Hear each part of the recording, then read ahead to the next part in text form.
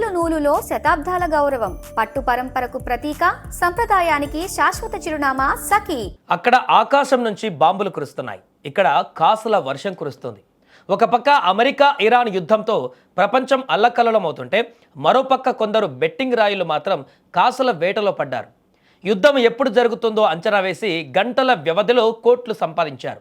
రక్తపాతాన్ని కూడా వ్యాపారంగా మార్చేస్తున్న ఈ వింత ప్రపంచం ఎటు వెళ్తుంది? ఇరాన్ పైన బాంబులు పడకముందే తమ జేబులు నింపుకుంటున్నారు. అమెరికా ఇరాన్పై ఎప్పుడు దాడి చేస్తుంది? ఫిబ్రవరి 28 లోపు బాంబులు పడతాయా లేదా?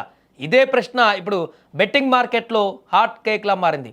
పాలీ మార్కెట్ అనే క్రిప్టో ఆధారిత ప్లాట్ఫామ్లో గత శుక్రవారం ఒక వింత పరిస్థితి కనిపించింది.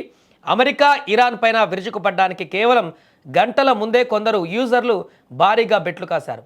ఇరాన్ రాజధాని టెహరాన్ పైన మొదటి బాంబు పడక ముందే 150 మందికి పైగా బెట్టింగ్లో పాల్గొన్నారు.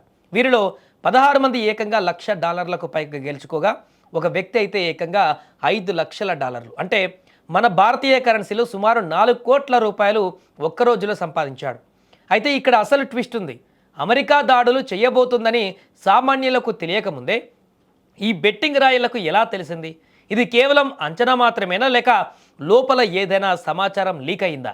మాగామి మ్యాన్ లాంటి అకౌంట్ల ద్వారా జరిగిన ఈ బెట్టింగ్లపైన ఇప్పుడు తీవ్ర విమర్శలు వస్తున్నాయి. యుద్ధం అంటే ప్రాణాలు పోయే విషయం.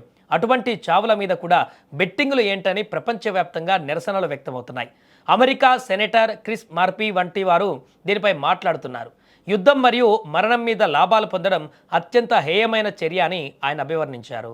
ఇక బెట్టింగ్ నిర్వహించిన ఈ పాలీ మార్కెట్ అనేది ఒక అన్రెగ్యులేటెడ్ క్రిప్టో ప్లాట్ఫామ్. అంటే దీనిపైన ఎవరి నియంత్రణ ఉండదు. యుద్ధం ఎప్పుడు మొదలవుతుంది, ఎవరు చనిపోతారు అనే విషయాలపైన కూడా ఇక్కడ బెట్టింగ్లు జరుగుతున్నాయి.